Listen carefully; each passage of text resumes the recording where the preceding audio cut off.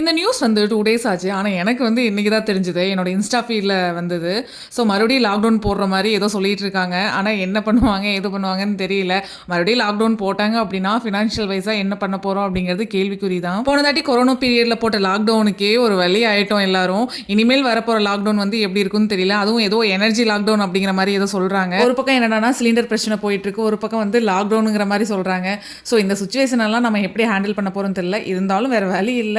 இந்த லைஃப்பை தான் நம்ம வந்து கோத்ரூ பண்ணி ஆகணும். என்னதான் இருந்தாலும் பார்த்துக்கலாம் அப்படின்னு சொல்லிட்டு லைஃப்பை ரன் பண்ண வேண்டியது தான். 2 நாளைக்கு முன்னாடியே அம்மா இட்லி மாவெல்லாம் அரைச்சி வச்சிட்டாங்க. ஸோ காலையில் பார்த்தீங்கன்னா இட்லி சுட்டுருந்தாங்க. நைட் எப்பவும் போல் டின்னருக்கு வந்து தோசை தான். சரி தோசைக்கு ஏதாவது சிம்பிளாக வந்து பண்ணலான்னு சொல்லிட்டு தக்காளி குருமா தான் ரெடி பண்ணியிருந்தேன். தக்காளி குருமா செய்கிறது ரொம்ப ஈஸி. ஒரு 10 மினிட்ஸில் குயிக்காக வந்து ரெடி பண்ணிடலாம். இதோட ரெசிபி வேணும்னா மறக்காம கமெண்ட் பாக்ஸில் கமெண்ட் பண்ணுங்க. இன்னொரு ஷார்ட்ஸில் வந்து நான் ஷேர் பண்ணுறேன். காலையில் சுட்டு இட்லியில் ஒரு 5-6 இட்லி வந்து மீதி ஆயிடுச்சு. அது அப்படியே நைட்டு வந்து வெறுமனையாக குழம்புல தொட்டு சாப்பிட்றதுக்கு வந்து நல்லா இருக்காது. அதுவும் எங்கள் வீட்டு ஆளுங்களுக்கு இறங்கவே இறங்காது. அதனால இட்லி உப்புமா மாதிரி வந்து ரெடி பண்ணிட்டேன். இட்லி உப்புமா செய்கிறதுமே ரொம்ப ஈஸி தான்.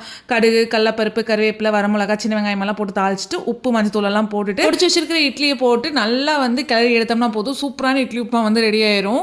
வெறுமனையே இட்லி சாப்பிட்றதுக்கு இந்த மாதிரி செஞ்சு சாப்பிடும்போது இன்னுமே டேஸ்ட் வந்து நல்லா இருக்கும். செய்யறதும் ரொம்ப ரொம்ப சிம்பிள் தான். இந்த தக்காளி குழம்போட எத்தனை தோசை கொடுத்தாலும் சாப்பிட்டே இருக்கலாம். அந்த அளவுக்கு இந்த தக்காளி குழம்பு டேஸ்ட்டாக இருக்கும். அதுவும் தோசையும் மொறுமொறுன்னு இருந்ததா, தக்காளி குழம்போடு வச்சு சாப்பிட்றதுக்கு சூப்பராக இருந்தது.